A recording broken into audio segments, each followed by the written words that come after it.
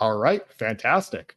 Well, welcome everyone, and thank you for joining us today on a Friday for our IEEE-HKN mentoring focused event entitled Enhance Your Mentoring. My name is Joseph Greene. I'm chair of the IEEE-HKN mentoring program, as well as a research engineer at the Georgia Tech Research Institute, and I'm thrilled and honored to be your host for the event today. I think today is going to be a fantastic opportunity for us as a greater engineering slash IEEE community to really come together and interface when it comes to the important topic of mentoring. To give you a run of events and how this webinar is going to go, first of all, I'm going to give a brief introduction about the mentoring program within HKN and discuss about the paramount effort within IEEE to create mentoring connections. Next, we're going to have a showcase or a conversation with John McDonald on ways you can enhance and build empowering mentoring connections within our broader technical community. And then just to be able to show you how we can go from theory to practice and conclude and close the loop, we're going to have a mentoring showcase between John and one of his mentees so you can see how to structure and approach a mentor slash mentee to enable these empowering conversations. I very much encourage all of you to consider staying after these first two events as we will navigate to a separate fluid space where we can engage on more one-on-one and group conversations to really make the most of the international community that we've brought together for this event and allow you guys to form powerful new connections of your own.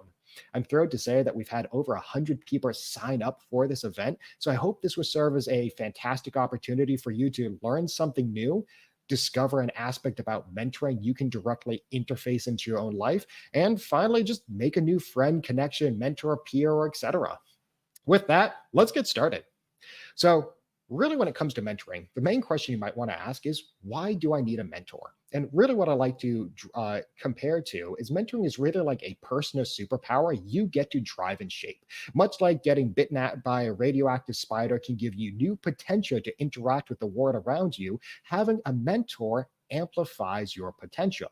Now, it might not let you fly, but it gives you aspects that otherwise would be difficult for you to achieve on your own and without the use of that outside influence. Really, when it comes to mentoring as a journey, a mentor really augments your personal and professional growth, as well as very much can serve as a sounding board to recontextualize your experiences.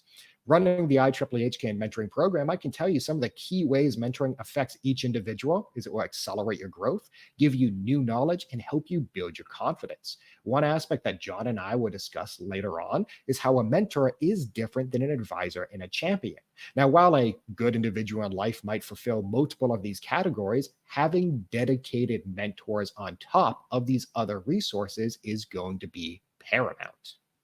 When it comes to IEEE-HKN, we do have our own mentoring program. This is one that's geared towards graduate students within IEEE-HKN to be able to link them to IEEE professionals.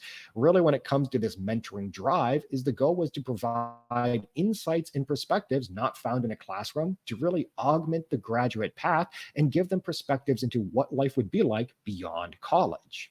In terms of our mentoring initiative, we focus on 5 key areas. And even if you're not HKN, I strongly encourage you to consider these core aspects when it comes to your personal mentoring journey. We focus on building interpersonal skills and networking, career planning, inspiring personal growth, navigating the degree path, and building technical skills. We see these as complementary aspects to really the perspective of the complete technical professional we try to exude as an organization to be able to build up the key components that comprise us as successful engineers within IEEE-HKN. In terms of our specific program, we've been able to have a wide impact, and it's been one of my most proud moments of a volunteer within HKN. We've impacted about 140 people across 6 continents, performed over 850 hours of mentoring over the last 3 years of this program, and people like it. We're highly rated in one of the top programs within HKN every year. One aspect I want to mention is while our mentoring program is geared towards HKN, one aspect I want to drive home in this presentation is IEEE is very much your technical home for mentoring. Even if you're not an HKN member, look around. This organization has almost 500,000 members across 190 countries that want to interface and volunteer. This means if you take a look at whatever IEEE asset is close to you, whether it's IEEE as a whole, a special interest group like Women in Engineering, or a technical society like Power and Electronics, they probably have a mentoring program and can get you in contact with someone who can impact your future today.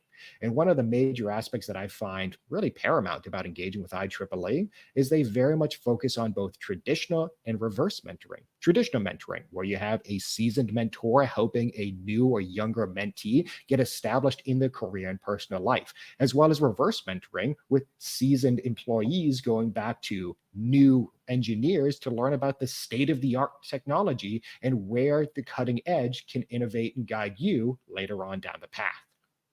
Being a volunteer organization, if I have to give one piece of advice on the onset here, if you have any question about whether or not someone wants to be a mentor or mentee, just ask.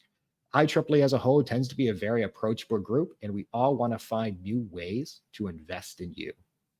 If you are, I'll skip this just for the sake of time, but if you are an HKN graduate student by chance or an IEEE member and you'd like to sign up to be a mentee or mentor in our program, which begins early next year, feel free to be first in line and use the QR codes here.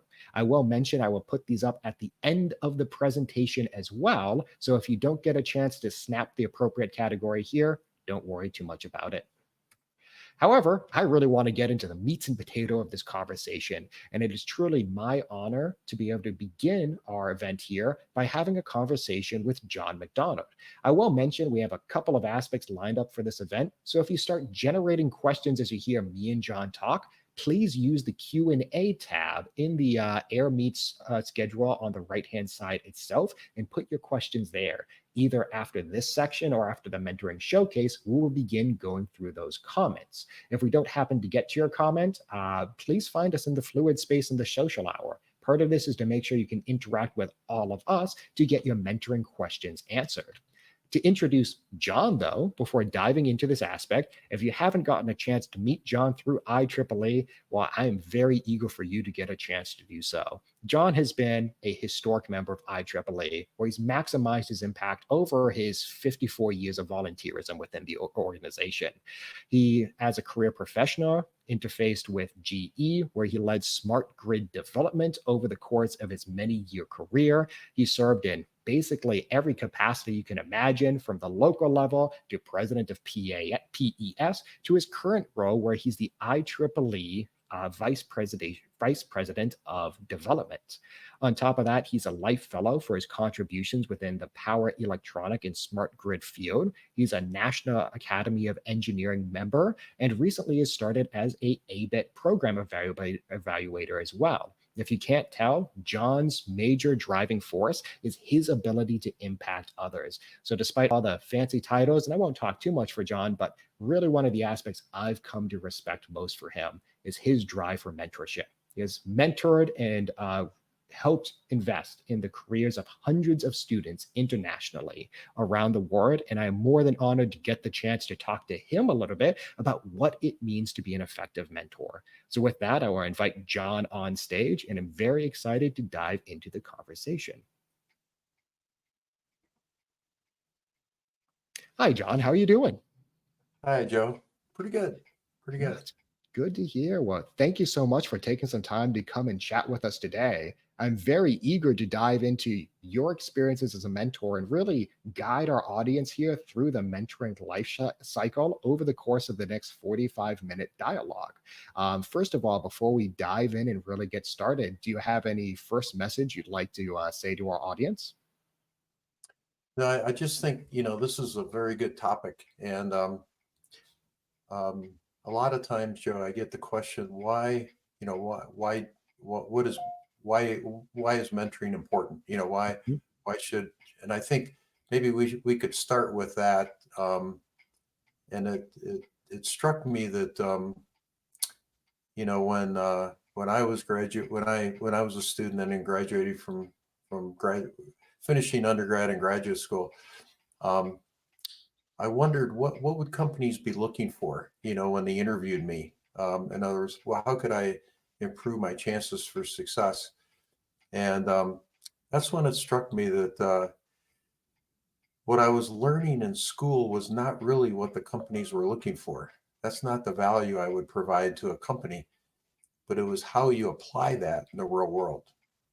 That's the value. So I always say that what we learn at the university is the science of engineering, right? Which is textbooks, professors, and courses. But really, what the value you bring to the companies that you work for is how you apply that in the real world, and I call that the art of engineering. And all of us should be somewhat competitive, right? We want to do well, and we always want to improve on what we've done in the past. And to do that, you look for ways to accelerate your own knowledge of the art of engineering. How can you learn more about how engineering is applied in the real world? Because that's the value companies are looking for. And I always say mentoring is the best way to do that. You know, the more time you can spend with experienced people and just ask questions and learn from them, you won't realize it, but you're really accelerating and advancing your understanding of how you apply the engineering in the real world. And that will be evident when companies interview you, when you're in the workplace, talking to people in meetings, and particularly when you're interfacing with a company's customers. The customers will want to meet with you again and again and again because they learn from you. So I think we'll set the stage with that. That mentoring is extremely important for the future of a young person's career. No, and I couldn't agree more. And I think that's an amazing insight to really get started on, where, primarily as IEEE and HKN members, especially for the students within our audience, one of the major aspects we do focus on is how do I succeed well in school? But applying that theory and learning the tricks of the trade, for example, to be able to appropriately climb and apply yourself on the corporate ladder is a completely orthogonal skill set and one that requires a lot of assistance and support to be able to properly do, especially when you're a young professional. So, one of the aspects I really glossed over early on in the conversation that I want to get your insights on is what is the difference and intersection between an advisor, a workplace champion, and a mentor, and how do these aspects affect primarily the early career of the young professionals and students that we might have in the audience? Yeah, there's big differences. First of all, we always say that uh, networking is extremely important. So first of all, you want to have an extensive network of industry contacts, and you can never start too early with that. And IEEE HCAN is a great way to expand that network more quickly. In over 50 years of working full time, I worked for 6 companies. 5 of my 6 job changes were through friends in my network, which is amazing. 5 of 6 friends call up, "Hey John, there's a executive position open at GE." I was happy with what I was doing, but I went and interviewed, and I ended up changing jobs. But it was all through a friend. So I would say networking is fundamental. Second thing would be champions or supporters. These are people who want, they're an advocate for you. They support you. They want you to succeed, and that will help you. They could be at your workplace. They could be an IEEE, HCAN, and you want as many of those as possible. Those are champion supporters that they're really you're close to. They're aware of. They've gotten to know you pretty well, and they know how to help you. Okay, Mhm. but those are not a mentor. Um, a mentor is a very special relationship, and you don't have 10 mentors. If you say you have 10 mentors, you really don't have a real mentor. You have more champions and supporters than you do mentors. A mentor is very special. You have a very special relationship with a mentor, and you know we'll talk, I think, more about what the qualities of a mentor are, and connecting with a mentor. But a mentor is somebody special. You want to meet with a mentor as frequently as you can, and really mentor will help you with career And in many cases, as you get to know, as the mentor and mentee get to know each other well, we've gotten into a lot of personal life situations and help with personal life also. No, I think that's a great perspective. And really one of the aspects that, I've had my own mentors through HKN. I consider you a mentor. I consider Ryan Bales a mentor. And it's amazing just how much the conversations do stem outside of the professional realm. Yes, each of you have given me quite significant career advice that's helped me achieve where I am currently professionally, but even personal aspects, down to my fears and anxieties, interpersonal connections, conflicts in the workplace. These aspects is truly what makes these connections valuable. Is I feel like I have the ability to be able to open up to people like you, to be able to show that vulnerable side and get targeted feedback for it. I think one of the aspects that's worth diving into right now is considering that a mentoring connection compared to these other aspects tends to be more on the intimate side. How do you find a good mentor?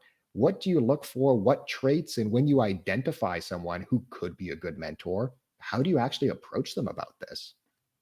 Yeah, that's I actually get that question a lot, as you talk about Oh, yeah, mentoring. definitely. Someone says, well, how do you do it? Um, if it's too analytical, if it's too, structured, it's not as good. I really think the best way to find a mentor is a more natural process, and it's by that I mean get involved in outside activities, outside of school, outside of work. Things like IEEE, like HCAN, uh, particularly local Mhm. IEEE events, um, meet as many people outside of your school or your work as possible, even virtual. I can't tell you how many mentees I have that approached me with LinkedIn messaging, you know, after a Yeah, virtual definitely. webinar that I gave, okay, or a virtual course that I taught. Um, so it doesn't have to necessarily be in person, but get involved in as many outside activities, in person or virtual. And I really feel that you will run into somebody with a lot of experience who you just feel like you click with, you have a good chemistry with, uh, that has the experience in areas that you want to learn about, you know. And of course, then when you find that, then the question is how do you connect, right? Yeah. And I always stress in my webinars and on professional development, um, you know, if you see something you want to do, have the courage to do it. Okay, don't hold back. I mean, what's the downside? The downside Mhm. is someone may say no, but that's okay. You tried. But truthfully, in many cases, um, an experienced, more senior person, when you're asked by a young person to be their mentor, it's an honor. It's flattering. I mean, I I would say that the chances of receiving a no are a lot less, because it's just an honor to be asked. It's an honor to um, to have that possible relationship. So I would say, have the courage to ask, and don't be afraid to ask, and just, in any in life in general, when you really want to do something, pursue it, right? Pursue it and have the courage to do it. Um, so I find it's a more natural process. I think it's better that way. And the way you increase your chances of finding a mentor is to be involved in as many things as you can, both in person and virtually. Oh, yeah. And I couldn't agree more. And I think one of the aspects I'm glad you touched upon is in practice, like first time I approach someone about being a mentor, it's a very nerve-wracking experience. You're really putting yourself out there, you're asking for a very deep and established connection, and it's acknowledgement that there's a lot of respect you have for the individual. So the Right. fear of rejection can be quite high. But I think both of us can kind of attest in our experience when it comes to mentoring, it's pretty low likelihood that that happens. And usually, if that does happen, it comes with a caveat of like, oh, I'm very busy right now, but maybe in 6 months or after this trip, or have you met my colleague or some other nugget of information that can help you refine your future search, which I think is just as important. And one of the aspects I really try to work on with my mentees nowadays is if you are pursuing a situation where a no or that situation not coming into fruition puts you in the exact same scenario, you have nothing to lose. So even in the odd chance that the person you approach says no, you're still in the same situation of being open and looking for a mentor. So you can only benefit yourself by asking and approaching that situation. But I guess while we're talking about the formative era of mentoring connections, one aspect I really struggled with when I first started doing mentoring sessions is how do you even start? How do you approach a mentoring session? What sort of topics do you bring to the table? And especially for me, one aspect I was very nervous about is, opening up. When can you start bringing in some of those vulnerabilities or other X factors you might want to cover, but you don't yet feel comfortable to broaching? Is there a good place for resources or a step by step guide you might be able to help us with in terms of making a new mentoring connection? Well, it's true that you know we find that there's some question about what is mentoring. What do you talk about in a mentoring session, right? And how do you get started, right?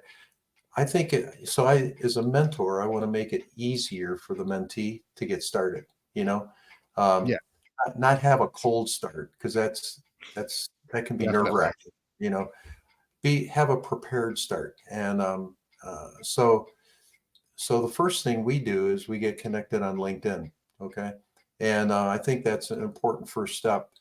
So you can review each other's profiles and get a good idea from the very Okay. beginning. Yep. Um, and I'll emphasize here how important it is for a young person to have as detailed as possible LinkedIn profile and keep it up to date. Because many the HR departments of many companies today pay LinkedIn the keyword search profiles. And so many of my mentees, Yeah. they'll say, "Hey, John, I'm interviewing with this company." And I said, "How did you find that company? I never heard of it." He said, "Well, they found me through LinkedIn, Oh, for through sure. through my profile." So the first thing is profile. Second thing is, Joe, we have some resources. You and I know we have resources available to get started, right? We have Yeah. a video of a 75-minute seminar that I give regularly, but I give at Purdue to 100 graduate students every semester on career management and on being a good volunteer leader, a leader of a Okay. volunteer Got organization. it. And it's 12 key decisions I made in my 50 some year career that influenced the rest of my career, summarizing those in 18 PowerPoint slides. And Got it. when young people see that, it, certain aspects of my decisions will resonate with them, and they'll make a list of those things that they want to talk about. Okay. The second thing is I really like the career conversation episode 2 that's on the HKN website. Um, you know, um, Rebecca Cohen, a young professional who had just graduated from Drexel, was working for Lockheed. She was the HKN chapter chair at Drexel when she was an undergraduate student. She interviewed me on the topic of effective mentoring, and that YouTube video is available on the HKN website. And that's a good video to watch.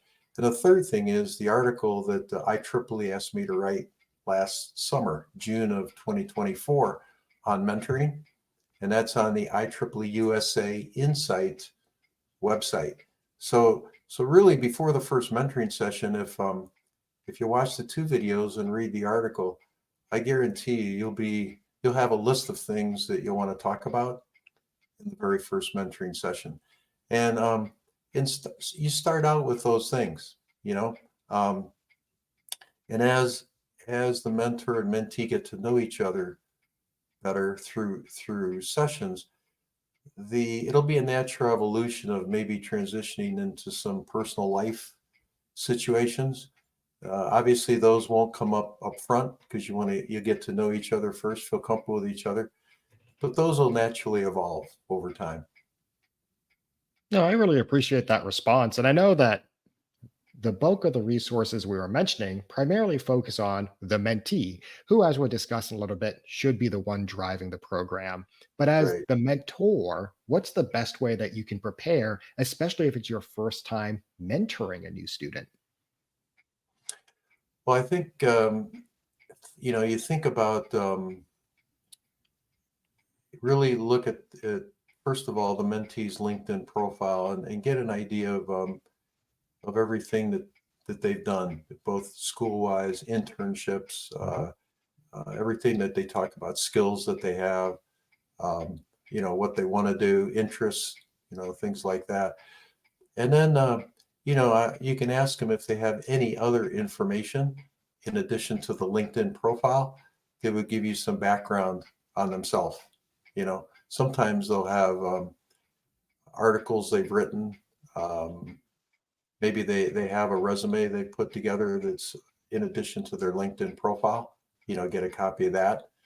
Um, and then I think the other thing is, as a mentor, um, the object of a mentoring session for as a mentor is not to talk about yourself.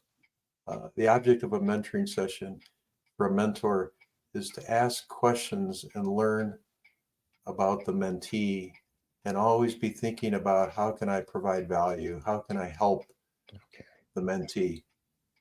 If if they got it. happen So, if they happen to ask you, and this happens a lot, they'll say, "Yeah, but John, you have a bachelor's and master's degree in electrical engineering, and you got an MBA.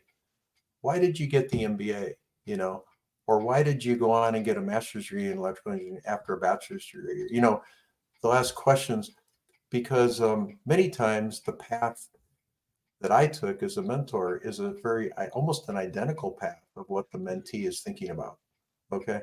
And they're very interested in my decision process and why I did what I did, which is very, very healthy. It's very good. And it helps them make their own decisions in the process. So you answer those questions in as much detail as they're looking for, but I always get back then to the mentee or learning more about them and what they want to do.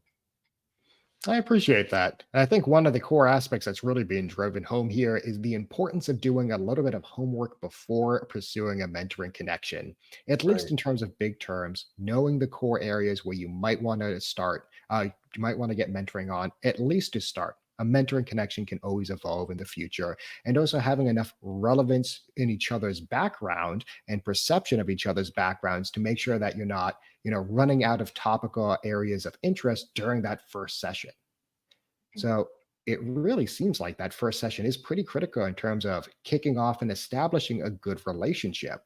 When it comes to, creating a good environment for that first session to take shape, what's the role that each participant should bring? Is it always that the mentee is the learner position and the mentor is the teacher position? Or is it a little bit more dynamic in practice?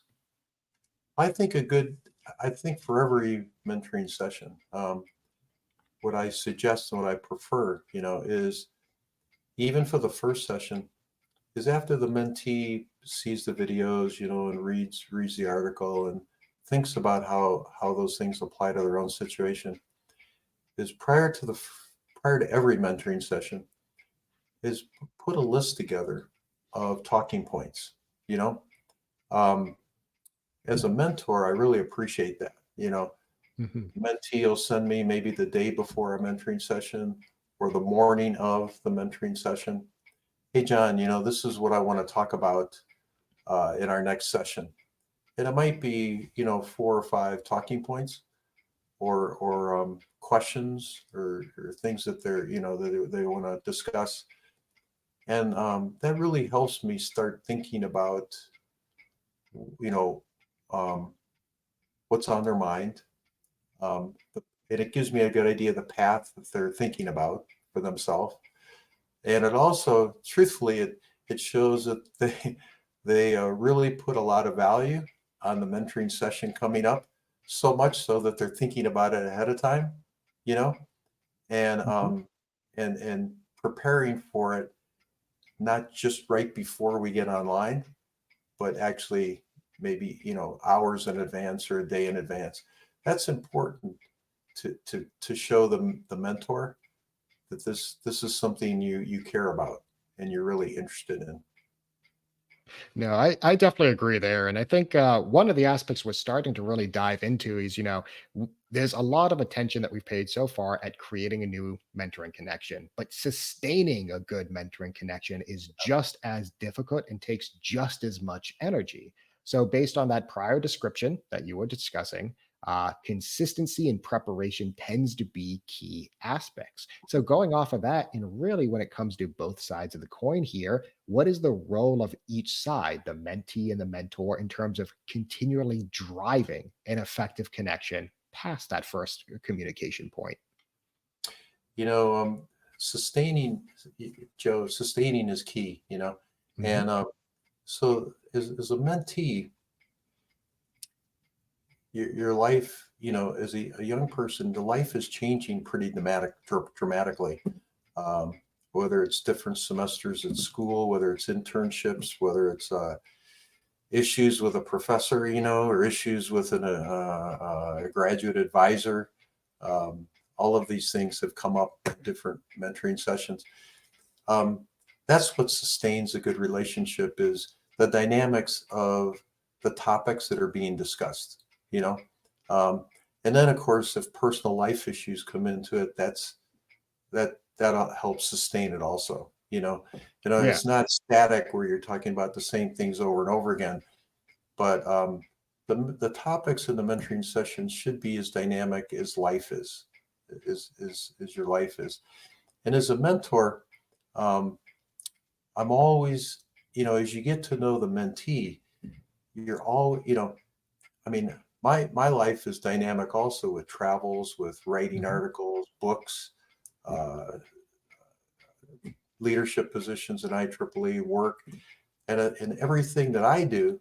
I'm always thinking about is I do something and then I think, hey, this would be very valuable to this mentee, because this is something they're interested in.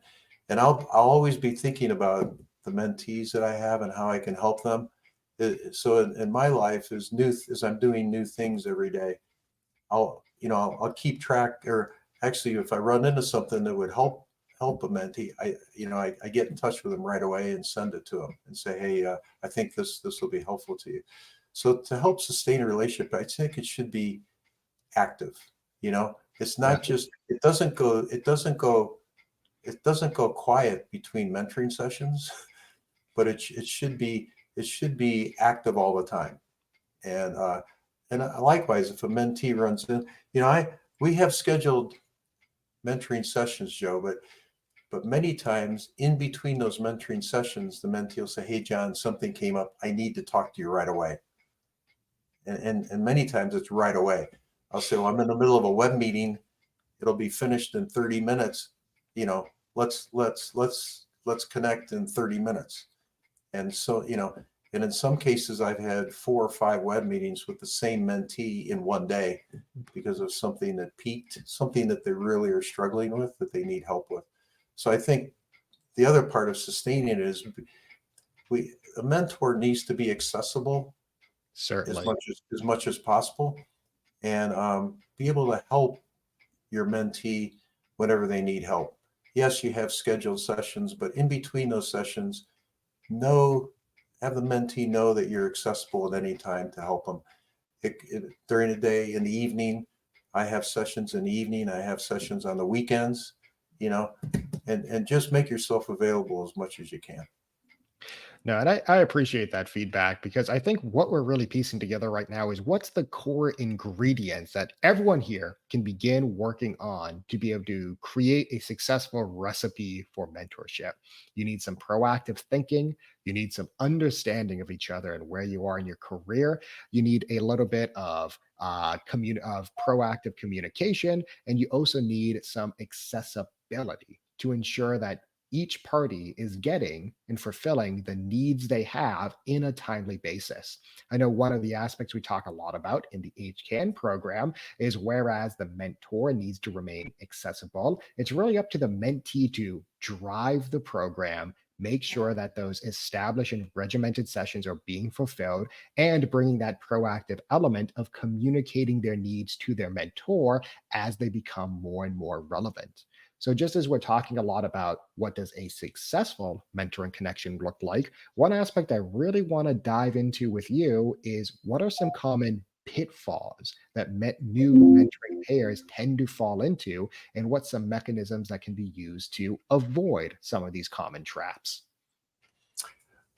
Well, I think one would be, not taking it seriously Hmm. and not being prepared. Winging it in a sense. Um, where okay, you have a mentoring session scheduled for tomorrow at 2 o'clock, and you just show up. You haven't made a list of talking points. You haven't Sure. thought about it. You just show up, and at 2 o'clock you're online, and you look at the mentor, and you have nothing to offer. I mean, you haven't really thought about it. You know, um, that's discouraging for a mentor because as a mentor, you want to spend your time with people who are motivated and who want to succeed. If you don't have the motivation and you don't have the drive to succeed, it's not a it's kind of a waste of time for a mentor. And it's because you aren't sure that you can really help this person. Question is, does this person really want help? Are they going to do anything with it? You know, um, so I think preparation is really important, and seriousness. Um, that you truly want to be the best you can be, because the mentor can help you to do that, but you have to be prepared. You have to know what to talk about, and the things that the mentor discusses with you, you have to put those into action. I always say the mentor can open a door for Definitely. you, but Yep. you have to go through the door and perform and do and do a good job. I mean, I can help you, I can open doors, I can connect you with key people, but it's up to you after that. I can't do everything for you. A mentor can't do anything. So you really have to have the preparation and the drive, right, to succeed. And to me, I think that's really critical to you know to really getting the most out of a mentoring relationship. No, and I think one of the aspects that I really resonate, and I think we should pause a second here and discuss a little bit further that you brought up, is at times mentoring as a process can be a little bit uncomfortable.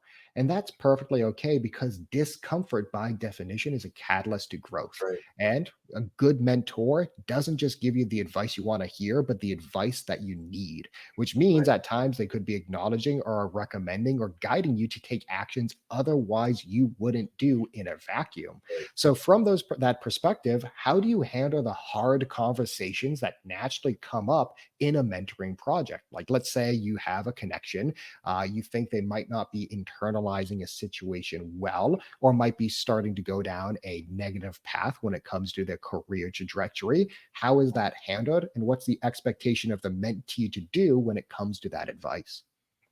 No, and what we just talked about, Joe, it happens frequently. Okay, Yeah, I definitely. mean it really does. The discomfort, because many times an issue comes up. Okay, we talk about it in a mentoring session, and there's, I always talk about there's several options on how to handle it, and we Mhm. we discuss those with a mentee.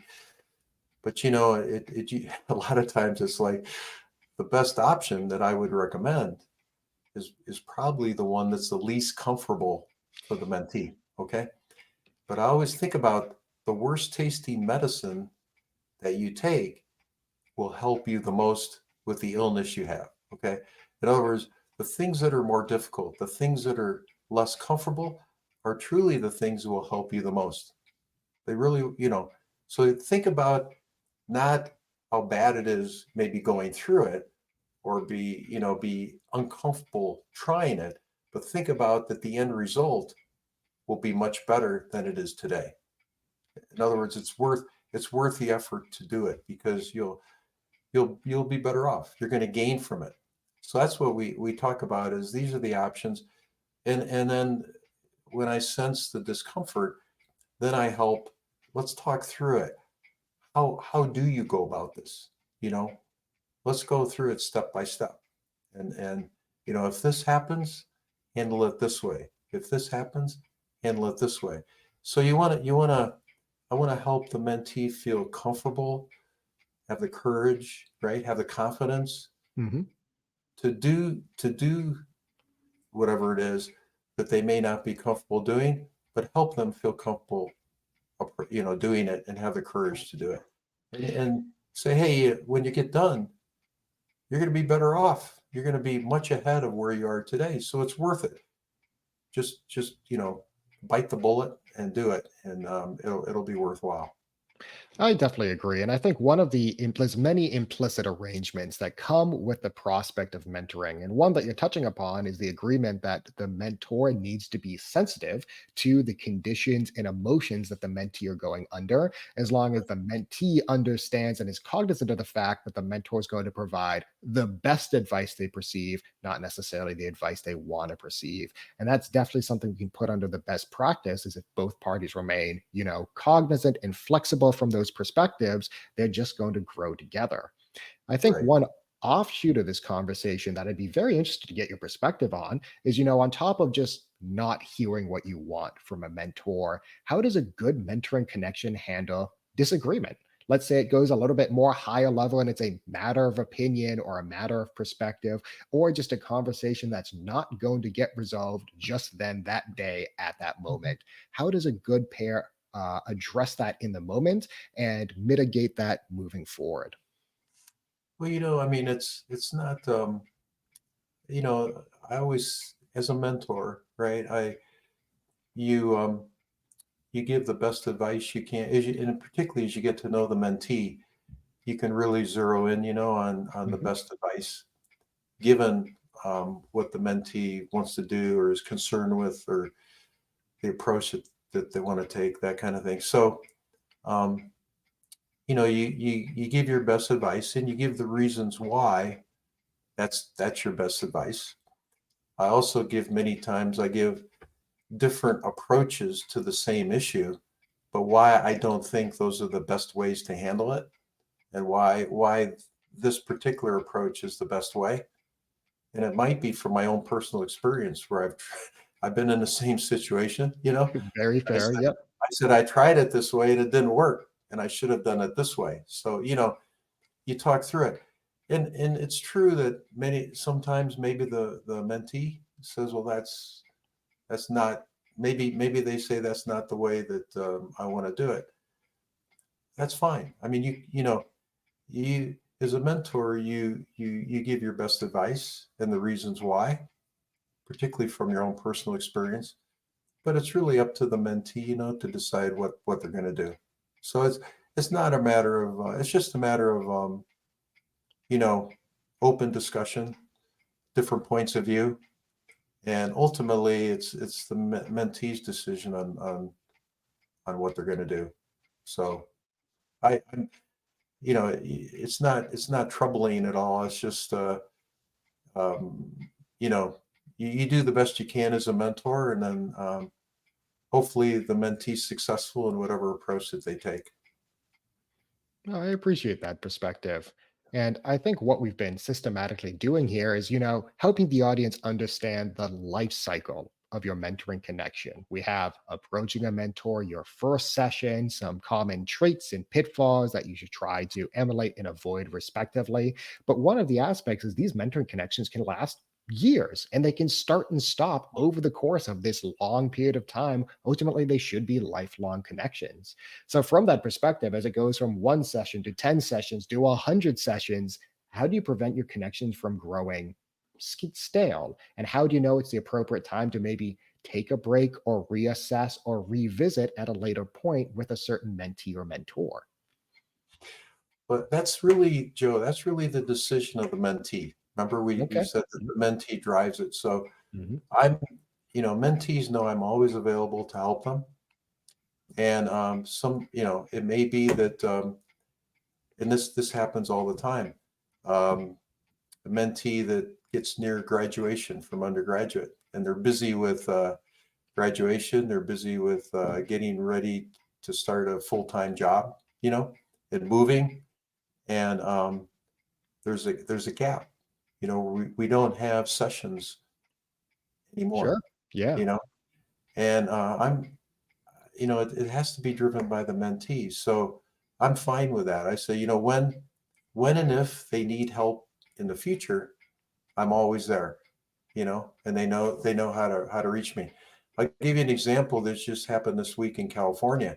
Mhm. Um, a young woman from Chennai, India, who actually approached me on LinkedIn messaging to give a webinar for a program at her university in Chennai 5 years ago. Okay, Oh, wow. Yeah. been mentoring her, but it hasn't been constant.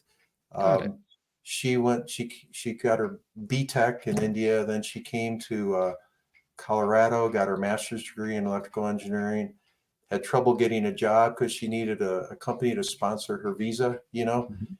and she got a job and working in the Bay Area of California, and we had dinner Monday night. I was out there for an IEEE board meeting, and Joe, after 5 years of off Yeah. and on virtual mentoring, we met for the first time in person Wow. Oh, on that Monday must have night been at so dinner. special. Unbelievable, unbelievable. And so this was 5 years of off and on mentoring, all done virtually. Yeah. Um, and then we met for the first time Monday in person after 5 years. So there's no set structure to a mentoring program. It really has to be flexible, has to be driven by the mentee. Mentors should always be available, always able to help. But there could be gaps, which is fine, and it could stop. Again, that's the Mhm. mentee's decision. But as a mentor, you're always available and willing to help. And when the mentee wants to and needs help, then you're ready to help and you're accessible. I think that's a very good lesson to really impart on, especially those out there that are interested in beginning their mentoring journey. Is it's okay to have your mentoring connection evolve with time, and it Yeah. should evolve with time. You as an undergrad is going to have different needs than you as a grad student versus you as a young professional versus you as a career professional.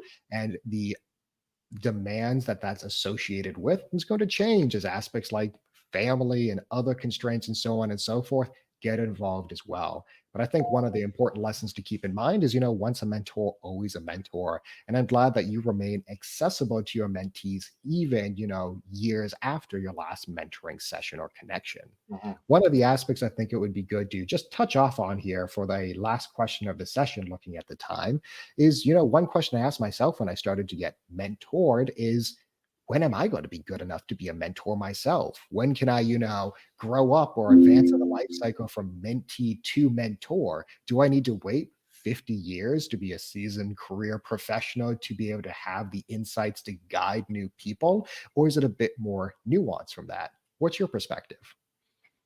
I really feel that, and I say this in my talk on career development. I said any of us at any stage of our career, at any age, can be a mentor to others. Mhm. Seriously, I mean, You don't have to have 20 years experience or 10 years experience or anything like that.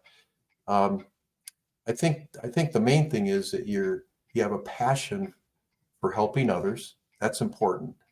You're not, you're interested in other people, not focused on yourself, but interested in other people, and you're willing to put a high priority on the time that it takes to do it. That's important. Um, but if you're willing to do those things, I think at any stage of your career, you can truly be a mentor to someone else. And particularly, if you get asked by somebody who may be your own age, Mhm. right? Or maybe a year younger, I mean, very close to age to you, but somebody asks you to be a mentor, or ask for your help. Always, how can you say no? I mean, they respect you enough, uh, that they're asking for your help. In that case, put a high priority on finding the time to help them, and and do everything you can to be accessible and to help them as much as you can. So I really think anyone at any stage of their career at any age can truly be a mentor to other people.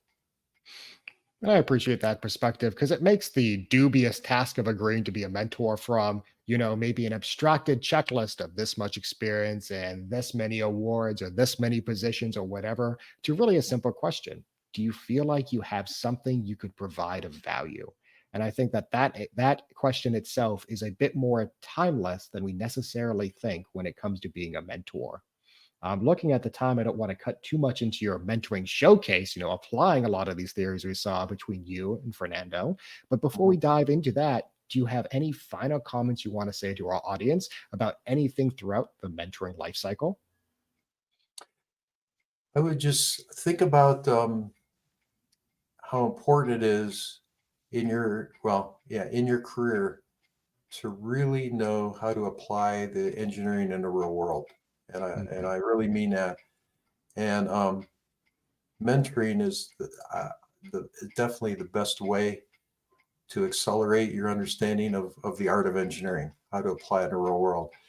And the time, whatever time you spend in mentoring will pay tremendous benefits throughout your career. Think about, I've worked full time in engineering over 50 years, and I've had mentors myself and how much they helped me. So mentoring is extremely important, and every young person should have a mentor and really participate actively in a mentoring program. Uh, you will benefit tremendously. It's like the power of compounding. If we wait 5 years to invest, we've lost hundreds of thousands of dollars of income at the time we Yes. retired Mhm. just by waiting 5 years early in their career. Same thing with mentoring. Don't wait. You want to invest now, and you'll get the dividends will be much greater throughout your career. And so don't if you aren't mentoring now, really think seriously about it and find a mentor, um, and start a mentoring program. Well, fantastic. And thank you so much, John, for taking the time to come and talk to me.